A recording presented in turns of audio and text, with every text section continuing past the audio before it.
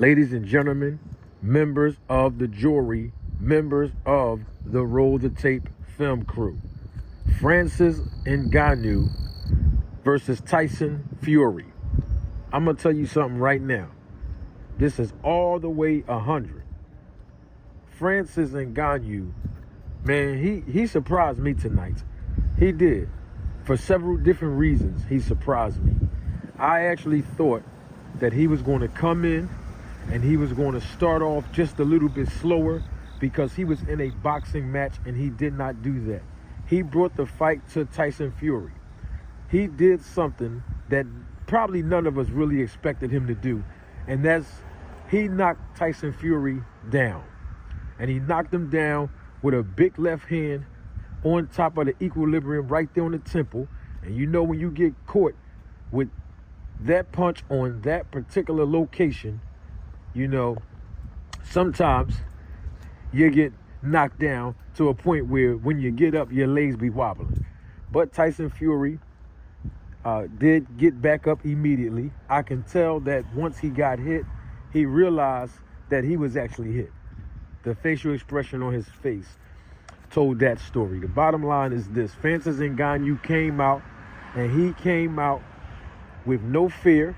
He came out in tip-top shape, considering the fact that he's accustomed to going 5 rounds in his profession in the MMA. But he came out, man, let me tell you something. I'm going to be honest with you. Y'all better watch out for the guy Francis, man. He coming in there, and he probably can compete with some notable heavyweights. I'm not saying he's going to win. I'm not going that far. What I'm saying is, if he takes this boxing stuff serious as he did in this fight, the sky's the limit for him, because he can make some big money in boxing. Now, when it comes to Tyson Fury, he looked like the regular Tyson Fury, but the difference is, to me, his reflexes were much slower. You know, I always tell y'all this, and I'm going to tell y'all this right now. When I see fighters who are aging or coming off of a layoff, the first thing that I always look at is their legs. I told you that before, and I'm going to keep telling y'all that time and time again. Tyson Fury's legs were there. Not saying that they weren't, but I can tell that he was off by a step with his reflexes. I can tell. But doesn't mean that he cannot compete on this level. All I'm saying is Tyson Fury did not come out like the Tyson Fury that we saw in his last fight with Deontay Wilder.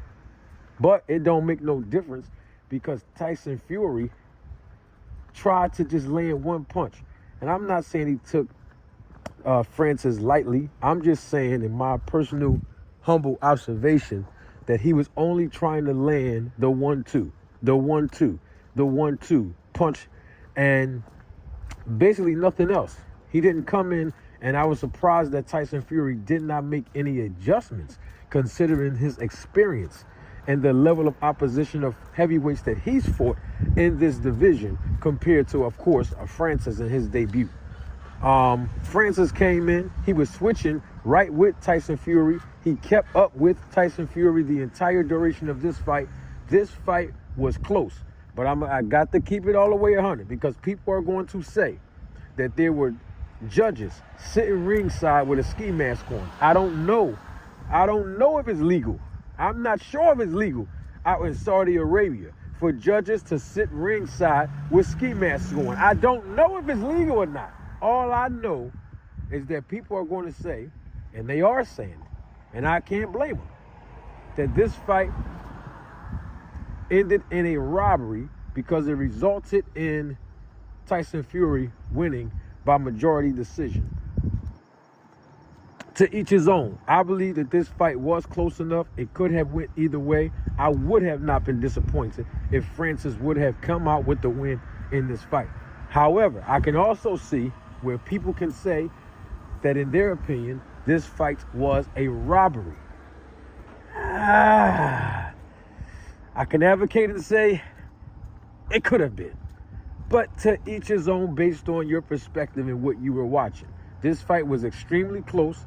And I want to say this: Tyson Fury definitely got to go back to the drawing board, because if this fight was this close, robbery or not, he needs to understand that when he's in there with a guy like Usyk, he's not going to be able to make those same mistakes and get away with them. And I'm only bringing Usyk's name up is because Bob Arum is in a recent interview saying that barring Tyson Fury not being injured in this fight sometime in December, this is what he said, they're trying to see if in December they can unify the belts by fighting each other, Tyson Fury and Usyk. Don't know if it's going to happen in December or early next year.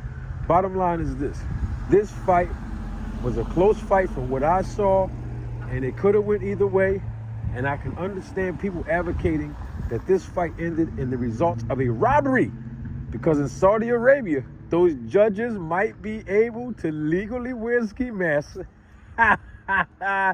ringside. That's my take. Tell me what yours is.